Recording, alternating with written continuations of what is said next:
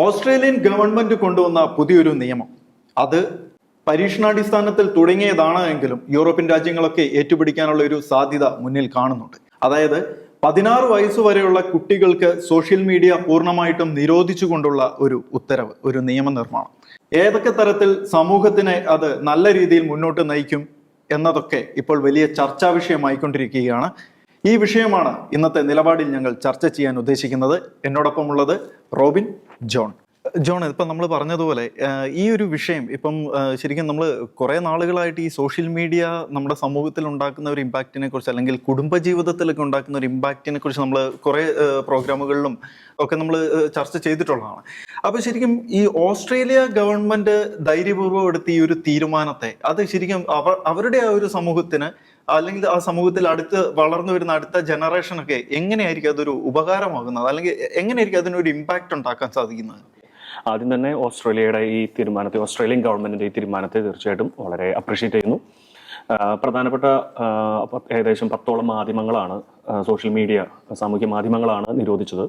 ഇത് ഉപയോഗിച്ചാൽ ഇത് പ്രശ്നം ഉണ്ടാകുന്നത് ടെക് കമ്പനികൾക്കെന്നുള്ള അവർക്കുള്ള ഭീമമായൊരു പിഴ അവർക്ക് വരുന്നുണ്ട്. ഇത് എങ്ങാനും അവർക്ക് ആക്സസ് കൊടുത്തു കഴിഞ്ഞാൽ 16 വയസ്സിന് താഴെയുള്ള 16 വയസ്സിന് താഴെയുള്ള കുട്ടികൾക്കാണ് ഈ സോഷ്യൽ മീഡിയ ഇതൊക്കെ നിരോധിച്ചിരിക്കുന്നത്.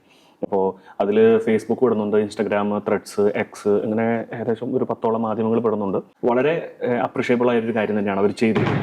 ഇത് സാമൂഹ്യ മാധ്യമം എന്ന് പറയുമ്പോൾ ഇന്നത്തെ കാലത്ത് ഏറ്റവും വൈഡ് സ്പ്രെഡ് ആയിട്ടുള്ള വിവരങ്ങൾ ഏറ്റവും വളരെ നിമിഷ നേരം കൊണ്ട് ഏറ്റവും അറിയപ്പെടാൻ, പ്രത്യേകിച്ച് എക്സ്, വളരെ സെക്കൻഡ്സുകളിലുള്ള ലോകമെങ്ങും വ്യാപിക്കുന്ന ഒരു പ്രധാനപ്പെട്ട ഒരു പ്ലാറ്റ്ഫോമാണ് ഈ മാധ്യമങ്ങൾ എന്ന് പറയുന്നത്. മാധ്യമങ്ങളിലൂടെ നല്ലതും ചീത്തയായ കാര്യങ്ങളൊക്കെ വരും. പക്ഷേ എന്താ, ഈ ഒരു 16 വയസ്സ് വരെയുള്ള കാലഘട്ടം, 16 വയസ്സ് എന്നുള്ളൊരു പേരാണെങ്കിലും ഒരു ബാല്യം എന്ന് വേണമെങ്കിൽ പറയാം. ബാല്യം തൊട്ടൊരു കൗമാരക്കാലം വരെയുള്ള ഒരു കാലഘട്ടം എന്ന് പറയുന്നത് നന്മ തിന്മകൾ കൃത്യമായിട്ട് വിവേചിച്ചറിയേണ്ട ഒരു കാലഘട്ടമാണ്. അപ്പോൾ ഈ കാലഘട്ടത്തിൽ ഈ നവമാധ്യമങ്ങളിലൂടെ വരുന്ന, നവമാധ്യമങ്ങൾ എന്ന് ഉദ്ദേശിച്ച് ഞാൻ ഉദ്ദേശിക്കുന്നത് ഈ സോഷ്യൽ മീഡിയ പ്ലാറ്റ്ഫോംസിലൂടെയാണ്. പ്രത്യേകിച്ച് അങ്ങനെയുള്ള അതിലൂടെ വരുന്ന നല്ലതോ ചീത്തയായ കാര്യങ്ങൾ വിവേചിച്ചറിയാനുള്ളൊരു പ്രായം ഈ കുരുന്നുകൾക്ക്, ഈ ബാല്യങ്ങൾക്ക് ഉണ്ടാവണം എന്നൊരു നിർബന്ധവുമില്ല. അപ്പൊ അതിലൂടെ ധാരാളമായ ആൾക്ക് മുമ്പ് തന്നെ പറഞ്ഞുകൊള്ളട്ടെ, മനുഷ്യൻ എപ്പോഴും തിന്മയിലേക്ക് ചാഞ്ചിരിക്കുന്ന ഒരു സ്വഭാവം മനുഷ്യനുണ്ട് എന്നുള്ളത് നമുക്കറിയാലോ. അത് മാത്രമല്ല, മതത്തിന്റെ മിക്ക മതങ്ങൾ എടുത്തു നോക്കിയാൽ, ലോകത്തിലെ എല്ലാ മതങ്ങളും എടുത്തു നോക്കിയാലും അതിൽ നന്മയുടെ ഒരു അംശം, അതായത് ഈ ധാർമ്മികതയുടെ ഒരു അംശം ഉണ്ടാവും. ധാർമ്മികത എന്ന് പറയുമ്പോൾ മനുഷ്യൻ തെറ്റുകാരൻ തെറ്റിലേക്ക് ചാഞ്ഞ് ഇരിക്കുന്നു എന്നുകൊണ്ടാണ് അവിടെ ധാർമ്മികത എന്നുള്ളൊരു ആശയം തന്നെ വന്നിരിക്കുന്നത്. അപ്പോൾ അതേസമയം ഈ ബാല്യങ്ങൾക്ക് ഈ ധാർമ്മികത, നന്മ എന്തെന്നോ തിന്മ എന്തെന്നോ തിരിച്ചറിയാനുള്ള പ്രായമാകുന്നില്ല. ആ ഒരു കാലഘട്ടത്തിൽ ഈ പറയുന്ന നവമാധ്യമങ്ങളിലൂടെ വരുന്ന ഈ തിന്മയായിട്ടുള്ള കാര്യങ്ങൾ, അല്ലെങ്കിൽ വയലന്റ് ആയിട്ടുള്ള, അതുപോലെ ഒരുപക്ഷെ റാഡിക്കലൈസ്ഡ് ആയിട്ടുള്ള കണ്ടന്റ്സ്, അത് പ്രത്യേക വിഭാഗത്തിന് വേണ്ടി മാത്രമാണെന്നല്ല, ചിലപ്പോൾ പൊതുവായിട്ട് ഇടുന്നതായിരിക്കാം അങ്ങനെയുള്ള കണ്ടന്റ്സ്. അതുപോലെ തന്നെ നമുക്കറിയാവുന്നതുപോലെ LGBTQI, ഈ പറഞ്ഞ സെയിം സെക്സ്, അതിനെ പറ്റിയുള്ള കുറെ പരാമർശങ്ങൾ. അപ്പോൾ ഇതൊക്കെ നല്ലതാണെന്ന് പറയുന്ന ഒരു സമൂഹത്തെ കെട്ടിപ്പടുക്കുന്ന ഒരു ചിന്താരീതി, മാത്രമല്ല കുറെ തെറ്റായ കുറെ ഫിലോസഫികൾ, ഇതൊക്കെ ഏറ്റവും കൂടുതൽ അടിച്ചു കയറി വരുന്നത് ഈ മാധ്യമങ്ങളിലൂടെയാണ്. പണ്ടത്തെ കാലത്ത് നമുക്കറിയാമല്ലോ, ഒരുപക്ഷെ ഒരു 90s 2000 കാലഘട്ടങ്ങളിൽ ഒരു കുട്ടിക്കാരൻ എന്നൊക്കെ പറയുമ്പോൾ എന്താണ്, കൂടുതലും ബുക്കുകൾ ആശ്രയിച്ചുള്ളതായിരുന്നു. അതിലൂടെ കുറെ ഫണ്ണി ആയിട്ടുള്ള കുറെ എലമെന്റ്സ്, അതുപോലെ ഗുണപാഠ കഥകൾ ചില ബുക്കുകളിലൂടെ കിട്ടുമായിരുന്നു. നമുക്ക് ക്രൈസ്തവരാണെങ്കിൽ ക്രിസ്ത്യൻ മാസിക, അതിലൂടെ ഗുണപാഠ കഥകൾ ധാരാളം ഉണ്ടായിരുന്നു, മതത്തെ ആധാരമാക്കിയുള്ള കഥകൾ ഉണ്ടായിരുന്നു. നമ്മളത് വായിക്കുകയായിരുന്നു ചെയ്യുന്നത്. അപ്പോൾ വായിച്ചിട്ടുള്ള അറിവ് നമുക്ക് വളരെ കൂടുതലായിരുന്നു. ഇത് എന്ന് പറയുമ്പോൾ അതേസമയം ഈ പറയുന്ന വിഷലിപ്തമായ, അതേസമയം വളരെ വൾഗറായിട്ടുള്ള പുസ്തകങ്ങൾ ആ കാലഘട്ടത്തിലും ഉണ്ടായിരുന്നു, ഇല്ലാന്ന് ഞാൻ പറയുന്നില്ല. പിന്നെയാണ് അത് സിനിമകളുടെ പ്രസരം, ഭയങ്കര പ്രസരം കേരളത്തിലേക്കും ലോകമെപ്പാടും കയറി വരുന്നത്. ആൾക്കാർ, ചെറിയ കുട്ടികൾ ഉൾപ്പെടെ സിനിമ കാണുന്നു. പക്ഷെ എന്നാലും അതിൽ ചെറിയ കുട്ടികൾ കാണുന്ന സിനിമയിൽ ഒരു പരിധിവരെ, നമ്മുടെ കേരളം നോക്കുകയാണെങ്കിൽ ഒരു പരിധിവരെ ലിമിറ്റ് ഉണ്ടായിരുന്നു. പിന്നീടാണ് അഡൾട്ട് കണ്ടന്റൊക്കെ ഈ മാധ്യമങ്ങളിൽ, സിനിമയിലും അതുപോലെ യൂട്യൂബിലൊക്കെ വന്നു തുടങ്ങിയപ്പോൾ എന്ത് ചെയ്തു, അത് 18+ എന്നുള്ള രീതിയിലൊക്കെ സെൻസർ ചെയ്തിട്ടുണ്ടായിരുന്നു. അതേസമയം പിന്നീട് ഈ മാധ്യമങ്ങൾ, ഫേസ്ബുക്ക്, ഇൻസ്റ്റഗ്രാം, എക്സ് എന്ന് വെച്ചാൽ ട്വിറ്റർ, ഇതുപോലെയുള്ള ത്രെഡ്സ് ഒക്കെ ലേറ്റസ്റ്റ് ആണ് വന്ന മാധ്യമങ്ങൾ. ഇതൊക്കെയുള്ള വലിയ മാധ്യമങ്ങളുടെ ഈ അതിപ്രസരം ഇൻസ്റ്റന്റ് ആയിട്ടുള്ള അറിവുകളിലേക്ക് നയിക്കാൻ തുടങ്ങി. ഇത് ചെറിയ പിള്ളേർ വരെ, ജനിച്ച കുട്ടി ഒരു പക്ഷേ ഒരു 10-11 മാസം കഴിയുമ്പോൾ ഒരു തങ്ങൾ മാതാപിതാക്കൾ കൊടുക്കുന്ന ഒരു പക്ഷേ മൊബൈലോ ടാബ്ലറ്റ് ഒക്കെ ആയിരിക്കാം. ഇതിനു വേണ്ടിയെന്ന് വെച്ചാൽ ഈ പിള്ളേരെ കരച്ചു നിർത്താൻ വേണ്ടിയിട്ടായിരിക്കാം എന്നൊരു പഠനം പറയുന്നു. അതേസമയം ചിലർ പറയുന്നവരെ ബ്രെയിൻ വികസിക്കാനൊക്കെയാണെന്ന് പറയുന്നുണ്ട്. അങ്ങനെയൊക്കെ പഠനമൊക്കെ പറയുന്നുണ്ട്. പക്ഷേ ബ്രെയിൻ വികസിക്കുന്നില്ല എന്നാണ് ലേറ്റസ്റ്റ് ആയിട്ടുള്ള റിപ്പോർട്ടുകൾ വരുന്നത്. അപ്പോൾ ഇങ്ങനെയൊക്കെ വരുമ്പോൾ എന്ത് സംഭവിക്കുന്നത് വെച്ചാൽ ഈ കുട്ടി കൂടുതലായിട്ടും മൊബൈൽ അല്ലെങ്കിൽ ഈ ടാബ്ലറ്റോ എന്നോ ഈ വസ്തുവിനെ കൂടുതലായിട്ടും അഡിക്റ്റ് ചെയ്യുന്നു. അത് ഒരു പക്ഷേ അതിൽ ഈ കാർട്ടൂണായിരിക്കും അവർ കുട്ടികളൊക്കെ കാണുന്നത്. പക്ഷേ കാർട്ടൂൺ കണ്ടാലും പിന്നീട് അവർ കയറി പോണത് ഈ ഓൺലൈൻ മാധ്യമങ്ങളിലൂടെ ആയിരിക്കും. അപ്പോൾ ഓൺലൈൻ മാധ്യമങ്ങളോട് പിന്നീട് വരുന്ന ഒരു പക്ഷേ ഫേക്ക് ഫ്രണ്ട്ഷിപ്പ് ആയിരിക്കാം, അതിലൂടെ വരുന്ന ഹരാസ്മെന്റോ അല്ലെങ്കിൽ അതിലൂടെ വരുന്ന പിന്നെ ഒരു അധാർമികതയൊക്കെ ആയിരിക്കാം. പറയാം ഈ ഒരു കാലഘട്ടത്തിലാണ് 2000 ഈ കൂടുതലായിട്ട് ഫോണുകളൊക്കെ വളരെയധികം പ്രാബല്യത്തിൽ വന്നതിന് ശേഷമാണ് ഈ ലൈംഗിക പീഡന കേസുകൾ, ബാലപീഡന കേസുകൾ ധാരാളമായി വർദ്ധിച്ചതെന്ന് കാണാൻ പറ്റും. ഈ ഫോണിലൊക്കെ ചാറ്റ് ചെയ്തിട്ട് പിള്ളേരൊക്കെ പല സ്ഥലങ്ങളും കൊണ്ട് പീഡിപ്പിക്കുന്നത്, അത് പുറത്തു വന്ന കുറെ വാർത്തകൾ നമുക്കറിയാം. പുറത്തു വരാതിരിക്കുന്ന എന്തോരം കേസുകൾ ലോകത്തുണ്ട് തീർച്ചയായും. അപ്പോൾ ഇങ്ങനൊരു അവസ്ഥയിൽ ഇത് ബാൻ ചെയ്യുന്നത് ഈ കുട്ടികളുടെ പഠനത്തെ, കുട്ടികളുടെ ബുദ്ധിവികാസത്തിന് കാരണമാകെ അങ്ങനത്തെ ഒരു നന്മയ്ക്കായിട്ട് മാറ്റാൻ സാധിക്കും. രണ്ടാമത്തെ, നന്മയും തിന്മയും തിരിച്ചറിയാനുള്ള ഈ ഒരു ബാല്യത്തിൽ നന്മയും തിന്മയും തിരിച്ചറിഞ്ഞ് അത് സ്കൂളിൽ നിന്നും മാതാപിതാക്കളിൽ നിന്നും പുസ്തകം വായിച്ചൊക്കെ അറിഞ്ഞ് അത് നേടിയിട്ട് ഒരു പക്ഷേ ഇത് ഉപയോഗിക്കുന്നതായിരിക്കും കുറച്ചുകൂടി നല്ലത്, അല്ലേ? അങ്ങനെയാണ് ശരിക്കും. ഒരു നമ്മൾ പറയില്ലേ, കുരങ്ങന്റെ കയ്യിൽ പൂമാല കൊടുക്കില്ല എന്നുള്ളൊരു യൂസേജ് നമുക്കറിയാലോ. അപ്പോൾ ഒരു പക്ഷെ അത് കൊടുത്തു കഴിഞ്ഞാൽ അത് തിന്മയ്ക്കായിട്ട് കാരണമാകാം, കൂടുതലും തിന്മയ്ക്കായിട്ട് കാരണമാകുമെന്നാണ് എൻ്റെ ഒരു അഭിപ്രായം പറയുകയാണെങ്കിൽ. കുറെ സൈക്കോപാത്തുകളും സീരിയൽ കില്ലേഴ്സും ഒക്കെ സൃഷ്ടിക്കപ്പെടുന്നത് ഈ കുറച്ച് നാളുകൾക്കായിട്ട് നമുക്ക് നോക്കാം. ഈ കേസുകൾ എടുക്കുമ്പോൾ കൂടുതലും വന്നിരിക്കുന്ന കേസുകൾ ഇപ്പൊ ഇന്നലത്തെ കേസ് വേണമെങ്കിൽ എടുക്കാം. ആ ഒരു മലയാറ്റൂർ സംഭവത്തിൽ അലൻ എന്ന് പറഞ്ഞ ഒരു കുട്ടിയുടെ സംഭവത്തിൽ കേസ് എടുക്കാം. വളരെ ഒരു കൗമാര കാലഘട്ടം പിന്നിട്ടിട്ട് കുറച്ച് വർഷങ്ങളായിട്ടുണ്ടാവും, കൂടി പോയി 1-2-3 വർഷം അത്ര പ്രായം ഉണ്ടാവുള്ളൂ. അപ്പോൾ തലക്കടിച്ചു കൊല്ലുന്നു, തൻ്റെ കൂട്ടുകാരിയെ തലക്കടിച്ചു കൊല്ലുന്നു, ഉപേക്ഷിച്ചു പോകുന്നു. പിന്നീടാണ് നാട്ടുകാരൊക്കെ ഒരു ദുർഗന്ധമൊക്കെ മനസ്സിലാക്കി അവിടെ അത് കുട്ടിയുടെ ഇതാണെന്ന് മനസ്സിലാക്കിയ അവസ്ഥയിലേക്ക്. അപ്പോൾ ഇതിന്റെ ഇൻഫ്ലുവൻസ് എങ്ങനെയാണ് ഇതിന് ഇൻഫ്ലുവൻസ് വരുന്നത്? എന്നിട്ട് കുറ്റബോധം ഓർക്കുന്നുണ്ടോ? അതാണ് പ്രശ്നം വരുന്നത്. ഒരു കുറ്റബോധം, പണ്ട് ഒരു നിലപാടിൽ പറഞ്ഞ പോലെ കുറ്റബോധമില്ലാത്തൊരു തലമുറയിലേക്ക്, ആത്മാവില്ലാത്തൊരു, അതായത് യഥാർത്ഥ സ്നേഹത്തിന്റെ ഒരു നന്മയില്ലാത്തൊരു ജീവിതത്തിലേക്ക് പിള്ളേരൊക്കെ വളർന്നു വരുന്നു. കുറ്റബോധമില്ലാത്തൊരു തലമുറ വാർത്തെടുക്കപ്പെടുന്നു എന്നൊക്കെ.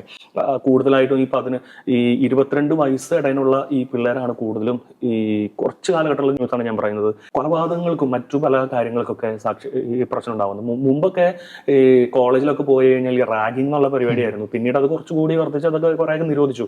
പക്ഷെ ഇപ്പോൾ റാഗിംഗ് എന്നുള്ളതിനേക്കാൾ ഉപരി പലതരം നമുക്ക് പറയാൻ പറ്റാത്ത പല രീതിയിലൊക്കെ ഒരു അധാർമികത അല്ലെങ്കിൽ അങ്ങനെ രീതിയിലൊക്കെ അത് സുഹൃബന്ധങ്ങളൊക്കെ വഴിതെറ്റി പോകുന്നുണ്ടോ? അപ്പൊ കേരളത്തിലെ പല ഒരുപക്ഷെ 45-50 വയസ്സായ ആൾക്കാർക്ക് ഒരുപക്ഷെ ഈ കേരളത്തിലെ കേരളം എന്ന് ഞാൻ പറയാൻ കാരണം നമ്മളത് ജീവിച്ച ഒരു കാലഘട്ട നാട്ടിലാണല്ലോ. അങ്ങനത്തെ ഒരു ചിന്താഗതി വെക്കുന്ന ആൾക്കാർക്കൊക്കെ ഈ ഒരു ഗൃഹാതുരത്വം തോന്നും. പണ്ടത്തെ കോളേജ് കാലം സ്കൂൾ കാലമൊക്കെ എത്രയോ വളരെ നന്നായിരുന്നു എന്നൊക്കെ ഒരു ചിന്താഗതിയൊക്കെ ഉണ്ടാകും. ഒരു പക്ഷെ തോട്ടിൽ പോയി കളിച്ചതും കുളിച്ചതും ഉള്ള വാർത്തകൾ ഒരു ചിന്ത. പക്ഷെ ഇന്നത്തെ കാലഘട്ടം മാറുന്നതനുസരിച്ച് കുട്ടികൾ മാറും. പക്ഷെ അതേസമയം അത് എത്രത്തോളം ഈ ക്യാൻസർ എന്ന് പറയുന്ന പോലെ ഇത് എത്രത്തോളം നിയന്ത്രിക്കേണ്ടത്, ഇതിനെക്കുറിച്ച് കൂടുതലും ഇങ്ങനത്തെ വിഷയങ്ങൾ കൈകാര്യം ചെയ്യുന്ന പാരന്റ്സ് ഉൾപ്പെടെയുള്ള ആൾക്കാരൊക്കെയാണ് മുൻകൈ എടുക്കേണ്ടത്. അത് വലിയൊരു കാര്യം തന്നെയാണ് ഓസ്ട്രേലിയയിൽ ഗവൺമെന്റ് ചെയ്തത്. അത് നമ്മുടെ നാട്ടിലും എത്രയും പെട്ടെന്ന് ഉണ്ടാകട്ടെ എന്ന് ഞാൻ പ്രാർത്ഥിക്കുന്നു. മാത്രമല്ല മറ്റു യൂറോപ്യൻ രാജ്യങ്ങളും ഇതിനെക്കുറിച്ചുള്ള ഒരു നിലപാട് എടുക്കും എന്നുള്ളൊരു ചിന്ത അല്ലെങ്കിൽ എടുക്കുമെന്നുള്ളൊരു വാർത്ത വരുന്നുണ്ട്. അപ്പോൾ ഇനിയൊരു കാലഘട്ടങ്ങളിൽ അപ്പോൾ അതേസമയം പല റാഡിക്കലൈസേഷന്റെ വിത്തുകളും ഈ മീഡിയകൾക്കൂടെ കുട്ടികൾ കിട്ടുന്നുണ്ട്. അങ്ങനെ പല കുട്ടികളും തെറ്റായ ചിന്തകളിലൂടെയും തെറ്റായ തീവ്രവാദ മെന്റാലിറ്റിയിലൊക്കെ മാറിപ്പോകാനുള്ള ചിന്തകളുണ്ട്. നമുക്കറിയാം ഒരു ഇന്ത്യ ബ്ലൂ വെയിൽ എന്ന് പറഞ്ഞ ഗെയിം നിരോധിച്ചത് നമുക്കൊരു വലിയ വാർത്തയായിരുന്നു. എന്തുകൊണ്ടാണെന്ന് വെച്ചാൽ അത് സെൽഫ് ഹാമിംഗ് ആണ്, അതേസമയം മറ്റുള്ളവർക്ക് ഉപദ്രവമാണ്. അപ്പൊ ഈ സോഷ്യൽ മീഡിയ അക്കൗണ്ട് നിരോധിക്കുന്നത് വഴി ഒരുപക്ഷെ തിന്മയിലേക്കുള്ള കുറെ ആക്സസ് നിർത്തലാക്കാൻ സാധിക്കും.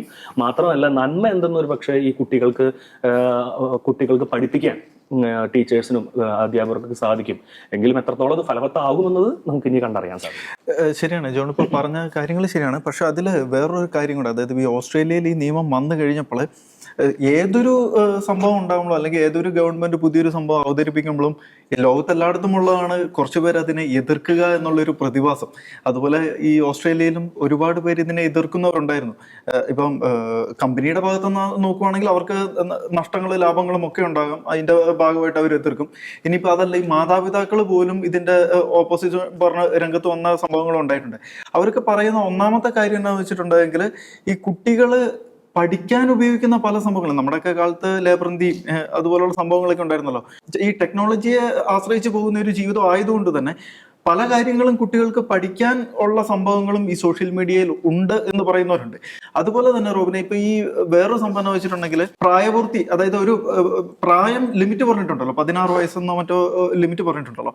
അപ്പോൾ പലരും അഭിപ്രായം പറയുന്നതെന്ന് വെച്ചിട്ടുണ്ടെങ്കിൽ ഈ 16 എന്നുള്ളത് തെളിയിക്കാനുള്ള ഒരു രേഖ കൊടുക്കണം എന്നോ, അതായത് ഇപ്പം എന്തെങ്കിലും ഒരു ഐഡന്റിഫിക്കേഷൻ കൊടുക്കണം എന്നോ അങ്ങനെയുള്ള ലീഗലി കാര്യങ്ങളൊന്നും ശരിക്കും അവിടെ പ്രാബല്യത്തിൽ വന്നിട്ടില്ല എന്നാണ് അറിയാൻ സാധിച്ചത്.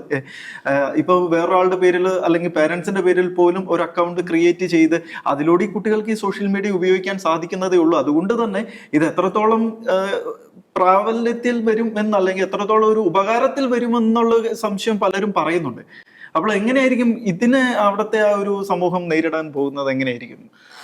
ഒന്നാമത്തെ കാര്യം, എനിക്ക് ഇത് മൊത്തം നോക്കിയപ്പോൾ തോന്നിയത് ആന്റണി ആൽബനീസ് സർക്കാർ എന്ന് വെച്ചാൽ സെൻട്രൽ ലെഫ്റ്റ് ഗവൺമെൻറ്റാണ്, സെൻട്രൽ ലെഫ്റ്റ് ഇടതുപക്ഷ ഗവൺമെൻറ്റാണ്, സെൻട്രൽ ലെഫ്റ്റ് സോഷ്യലിസ്റ്റ്.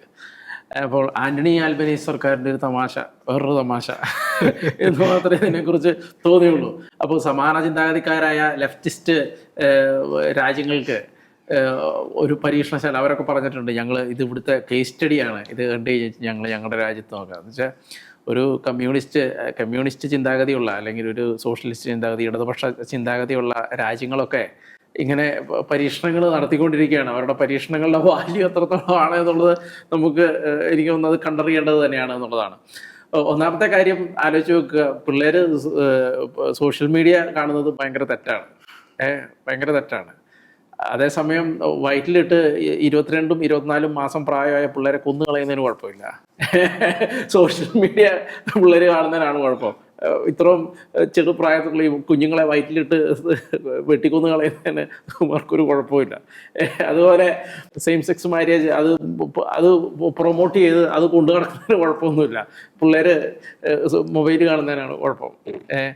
ഇതുപോലെ ഫെയ്ത്ത്, നമുക്കറിയാം ലെഫ്റ്റിസ്റ്റ് ഗവൺമെൻറ് എവിടെയൊക്കെ ഭരിക്കുന്നുണ്ടോ അവിടെയെല്ലാം ഫെയ്ത്തിനെ, പ്രത്യേകിച്ചും ക്രിസ്ത്യൻ ഫെയ്ത്തിനെ ചവിട്ടി കൂട്ടുവിട്ടുണ്ട്. ഒരു രീതിയിലും പൊങ്ങി വരാൻ സമ്മതിക്കില്ല, എല്ലാ രീതിയിലും നിയമം ഉണ്ടാക്കി എല്ലാം ആകെ നാശമായിട്ട് ഒന്നുമില്ലാതാക്കി കളയും. അവർ പറയുന്ന റിലീജിയൻ വലിയ പ്രശ്നമാണ്, റിലീജിയനാണ് എല്ലാ പ്രശ്നങ്ങളുടെയും കാരണം എന്ന് വെച്ചാൽ. അപ്പോൾ റിലീജിയനെ മാറ്റി നിർത്തിയിട്ട് ഇവരുടെ രാജ്യത്തൊന്നും ഒരു പ്രശ്നമില്ലാന്ന് തോന്നും. അതുപോലെയാണ് ഇവരുടെ കൺസെപ്റ്റ് എന്ന് പറയുന്നത്. അപ്പോൾ ഇങ്ങനെ ഒരുമാതിരി നിലവാരമില്ലാത്ത കുറേ വൃത്തികെട്ട കൺസെപ്റ്റുമായിട്ട് വെച്ചുകൊണ്ടിരുന്ന വെച്ചിട്ടാണ് മൊബൈൽ കുറച്ച് സോഷ്യൽ മീഡിയ പ്ലാറ്റ്ഫോമുകൾ നിരോധിച്ചു കഴിഞ്ഞാൽ എല്ലാം പിള്ളേർ ശരിയാവും എന്ന് പറയുന്നത്. ഇതൊക്കെ എന്ത് കൺസെപ്റ്റാണെന്നാണ് നമുക്ക് മനസ്സിലാകാത്തതെന്നുള്ളതാണ്. കാരണം എന്താ വെച്ച് കഴിഞ്ഞാൽ ഏത് സാമാന്യ ബോധമുള്ളവനും മനസ്സിലാകും ഈ 10 സോഷ്യൽ മീഡിയ പ്ലാറ്റ്ഫോമാണോ പ്രശ്നം? പിള്ളേരുടെ അതിൻ്റെ ഏറ്റവും വലിയ പ്രശ്നം ഗെയിം കളിക്കുന്നതാണ്. പിള്ളേർ ഗെയിം കളിക്കുന്നത് ഭയങ്കര പ്രശ്നമാണ്. ഇനി വിഷ്വൽ മീഡിയ തന്നെ അടിസ്ഥാനപരമായിട്ട് പിള്ളേർക്ക് പ്രശ്നം ഉണ്ടാക്കുന്നതാണ്. ഇത് 10 സോഷ്യൽ മീഡിയ അല്ല, വിഷ്വൽ മീഡിയ തന്നെ അടിസ്ഥാനപരമായി പിള്ളേരുടെ ഇമാജിനേഷൻ കപ്പാസിറ്റിക്ക് പ്രശ്നം ഉണ്ടാക്കുന്നതാണ്. അത് പല സ്റ്റഡികളും പറഞ്ഞിട്ടുള്ള കാര്യമാണ്. എന്ന് വെച്ചാൽ റീഡിംഗ് ആണ് ഇമാജിനേഷൻ കപ്പാസിറ്റി വർദ്ധിപ്പിക്കാനുള്ള ഏറ്റവും പ്രധാനപ്പെട്ട കാര്യം എന്ന് പറയുന്നത്. അപ്പോൾ ഏത് സോഷ്യൽ മീഡിയ വന്നപ്പം ഏത് റീഡിംഗ് ആണ് എന്നുള്ളതും ഒരു പ്രധാനപ്പെട്ട കാര്യമാണ്. ഇപ്പോൾ സോഷ്യൽ മീഡിയ വഴി റീഡിങ് നടത്തിയാൽ അത് ഇമാജിനേഷൻ കപ്പാസിറ്റി വർദ്ധിപ്പിക്കുകയോ ഇല്ലയോ എന്നുള്ള കാര്യം അത് വേറെ നിൽക്കുന്നുണ്ട്. പിന്നെ എന്താണ് ഇപ്പം സോഷ്യൽ മീഡിയ നിരോധിക്കുന്നുണ്ട്, എന്തൊക്കെ കാര്യങ്ങൾ ഇപ്പം നെറ്റിൽ അവൈലബിൾ ആണ്? ഈ സോഷ്യൽ മീഡിയ മാത്രമാണ്. ഇപ്പം പിള്ളേർ കമ്പ്യൂട്ടർ ഇല്ലാതെ പിള്ളേരെ പഠിക്കാൻ വിടുന്നുണ്ടോ? അതുപോലെ തന്നെ ഇപ്പം മൊബൈലിൽ പിള്ളേർ പല സാധനങ്ങളും പഠിക്കുന്നില്ലേ. അപ്പോൾ അവർക്ക് ഈ സോഷ്യൽ മീഡിയ ആക്സസ് ചെയ്യാൻ ഇഷ്ടമുള്ള വഴികളുണ്ട്. ഈ സോഷ്യൽ മീഡിയ ഇല്ലേ, സോഷ്യൽ മീഡിയ ഇപ്പം നമ്മളെ നാട്ടിൽ പറഞ്ഞ പോലെ മദ്യം സുലഭമാക്കിയില്ലെങ്കിൽ കഞ്ചാവിലേക്കും അതുപോലെ മയക്കുമരുന്നിലേക്കും പോകാനുള്ള സാധ്യത കൂടുതലാണ് എന്ന് ഭയങ്കര വാദമാണ് ഈ ഇടതുപക്ഷം. ഇതേ ഓസ്ട്രേലിയയുടെ ഇടതുപക്ഷം മദ്യം കൂട്ടിയില്ലെങ്കിൽ കഞ്ചാവിലേക്കും ഇതിലേക്കും പോകാൻ ആളുകൾ സാധ്യത കൂടുതലാണ്. ഇപ്പൊ എന്താ സംഭവിക്കുന്നത്? മദ്യവും സുലഭമാണ്, കഞ്ചാവും സുലഭമാണ്, മയക്കുമരുന്നും സുലഭമാണ്, എല്ലാം സുലഭമാണ്, എല്ലാം അടിച്ച് ജനസി മൊത്തം കറങ്ങി നടക്കുന്ന അവസ്ഥയാണ്. അതിൻ്റെ കൂടെ എയ്ഡ്സും കൂടുന്ന അവസ്ഥയാണ്. അപ്പോൾ അതാണ് അത് ആര് ഈ നിയമം കൊണ്ടുവരുന്നു, ഈ നയങ്ങൾ കൊണ്ടുവരുന്നു എന്നുള്ള പ്രധാനപ്പെട്ട കാര്യമാണ്. കാരണം റിലീജിയൻ ഉണ്ടായിരുന്നപ്പം അവിടെ ഒരു ഫാമിലി സെറ്റപ്പ് ഉണ്ടായിരുന്നു, സ്ട്രോങ് ആയിട്ടുള്ള ഫാമിലി ഉണ്ടായിരുന്നു. ആ ഫാമിലിക്ക് പിള്ളേരെ നിയന്ത്രിക്കാൻ എളുപ്പമായിരുന്നു. ഗവൺമെന്റ് കിടന്ന് തലയും കുത്തി മറിയേണ്ട ആവശ്യമില്ലായിരുന്നു, ആ ഫാമിലികൾ അത് നിയന്ത്രിക്കുമായിരുന്നു. ഇതെല്ലാം ഇന്ന് റിലീജിയനും ഇല്ല, ഫാമിലി ഇല്ല, ഒന്നുമില്ലാതായി കഴിഞ്ഞപ്പം ഗവൺമെന്റ് പിള്ളേർക്ക് എഫിഷ്യൻസി കൂട്ടാൻ വേണ്ടി നടക്കുകയാണ്. എന്ത് എഫിഷ്യൻസിയാണ് കൂട്ടാൻ പോകുന്നത്? അത് ഒരു വലിയ ചോദ്യമാണ്. ഇനി ഇതിന്റെ തന്നെ മറ്റൊരു തലത്തിലേക്ക് പോകുമ്പോൾ ഈ നെറ്റിൽ കൂടെ എല്ലാം സുലഭമാണ്. എന്തൊക്കെയാണ് ഇല്ലാത്ത ഈ എന്തോരം പോൺ സൈറ്റുകളുണ്ട്. എന്തോരം നിയന്ത്രിക്കാൻ പറ്റും ഇവർക്ക് പോൺ സൈറ്റുകൾ? അങ്ങ് ഡാർക്ക് വെബും ഡീപ്പ് വെബും ഒക്കെ ആയിട്ട് അങ്ങ് കിടക്കുകയാണ്. ഇതിന്റെ അനന്തമായ ഒരു കടല് പോലെ കിടക്കുകയാണ്. അതിനെ എത്രത്തോളം അവർക്ക് നിയന്ത്രിക്കാൻ കഴിയും? അതുപോലെ തന്നെ ഇപ്പൊ എക്സ് പ്ലാറ്റ്ഫോമിന്റെ അവർ പറയുന്നുണ്ടായിരുന്നു, ഓസ്ട്രേലിയൻ ഗവൺമെന്റ് പറഞ്ഞിട്ടാണ് ഞങ്ങൾ നിരോധിച്ചത്. എത്രത്തോളം ആവശ്യമുള്ളതിനെ കുറിച്ച്, കാരണം അതൊക്കെ എത്രത്തോളം പ്രാക്ടിക്കൽ, അതാ ഞാൻ പറഞ്ഞൊരു ആൽബനീസ് ഗവൺമെന്റിന്റെ ഒരു തമാശ പോലെ മാത്രമാണ് നമുക്കിതിനെ തോന്നുന്നത്. ശരിക്കും ഈ 14, 15, 16 വയസ്സുകളിൽ കുട്ടികളെ പഠിപ്പിക്കേണ്ടത് നമ്മുടെ ഈ അഡ്വാൻസ്ഡ് ആയിട്ടുള്ള ഈ ടെക്നോളജികൾ ഏത് രീതിയിൽ യൂസ് ചെയ്യണം എന്ന് അവരെ പഠിപ്പിക്കേണ്ട പ്രായമാണ്. കാരണം അത് കഴിഞ്ഞാൽ 18 വയസ്സൊക്കെ കഴിഞ്ഞാൽ പിന്നെ ഈ രാജ്യങ്ങളിലെല്ലാം പിള്ളേർ ഫ്രീ ആയിട്ട് പോകുന്ന കാലമാണ്.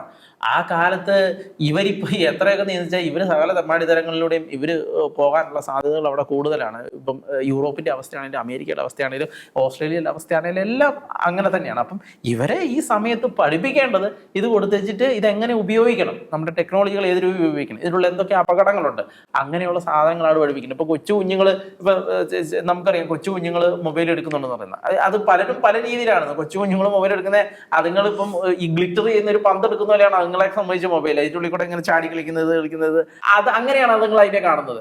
അതിന് ഇച്ചിരി കൂടെ കൂടിയ പിള്ളേരാണെങ്കിൽ അവരെ സംബന്ധിച്ച് പലപ്പോഴും ഈ ചെറിയ കുട്ടി കാർട്ടൂണുകളും അങ്ങനത്തെ സാധനങ്ങളും ഒക്കെയാണ് അവരെ സംബന്ധിച്ച് ഇതിനുള്ള ഇതുള്ളത്. മറ്റേത് കാരണം അവരുടെ ബ്രെയിൻ അത്ര വികാസം വന്നിട്ടില്ല മറ്റേ സാധനങ്ങൾ മനസ്സിലാക്കാൻ പാടില്ല. അപ്പൊ അവർ ഈ കാർട്ടൂണും സാധനമെല്ലാം കാണുന്നത്. കാരണം ഈ കാർട്ടൂണും ഈ സാധനങ്ങളും കാണുന്നതൊക്കെ എത്രത്തോളം ഇവർക്ക് നിയന്ത്രിച്ച്, കാരണം അതും കുട്ടികളുടെ ഇമാജിനേഷൻ കപ്പാസിറ്റി എത്ര ബാധിക്കും എന്നുള്ള കാര്യങ്ങളെല്ലാം ഉണ്ടല്ലോ. അപ്പൊ എത്രയോ അപ്പം ഈ ചെറിയ ഒരു കുഞ്ഞിക്കാര്യം ചെയ്ത് വെച്ചാൽ അതിന് ഈ കൊട്ടിഘോഷിച്ച് നടക്കുന്നത് എന്ത് അർത്ഥത്തിലാണ് എന്നാണ് നമുക്ക് പലപ്പോഴും മനസ്സിലാകാതെ. കാരണം ഇത് ഒന്നാമത് ലെഫ്റ്റിസ്റ്റ് ഗവൺമെന്റ് ആണ് ഇത് എടുത്തേക്കുന്നത്. എന്നുവെച്ചാൽ പിള്ളേർ നന്നായിട്ട് വളരണം എന്ന് ആലോചിക്കുമ്പോൾ ഒരു വശത്തോടെ പിള്ളേരെ കൊന്നു കളയാൻ നിയമം ഉണ്ടാക്കുന്ന ആളുകളാണ് ഇതൊക്കെ ചെയ്തേക്കുന്നത്. അപ്പോൾ ഇവരുടെയൊക്കെ ഇതിനോടുള്ള കമ്മിറ്റ്മെന്റ്സും ഇതിനോടൊക്കെയുള്ള വാല്യൂ ഒക്കെ എത്രത്തോളം ആണ് എന്നുള്ളത് കണ്ടറിയേണ്ടതാണ്. ടെക്നോളജി എന്നത് എങ്ങനെ ഉപയോഗിക്കുന്നു എന്നതിനെ അടിസ്ഥാനമാക്കിയാണ് അതിൻ്റെ റിസൾട്ടും ഇരിക്കുന്നത്. നല്ല രീതിയിൽ ഉപയോഗിച്ചാൽ നല്ല റിസൾട്ടും, മോശം രീതിയിൽ ഉപയോഗിച്ചാൽ മോശം റിസൾട്ടും കിട്ടുമെന്ന കാര്യത്തിൽ സംശയമില്ല. ഈ ഡിജിറ്റൽ യുഗത്തിൽ കുട്ടികളെ ആദ്യം പഠിപ്പിക്കേണ്ടത് ടെക്നോളജിയെ എങ്ങനെ കൈകാര്യം ചെയ്യണം, അത് ജീവിതത്തിൽ എത്രത്തോളം ഫലപ്രദമായി ഉപയോഗിക്കണം എന്നത് തന്നെയാണ്. ഈ നിലപാട് അറിയിച്ചുകൊണ്ട് ഇന്നത്തെ ഈ നിലപാട് ഇവിടെ അവസാനിക്കുകയാണ്. ഇനി മറ്റൊരു ദിവസം.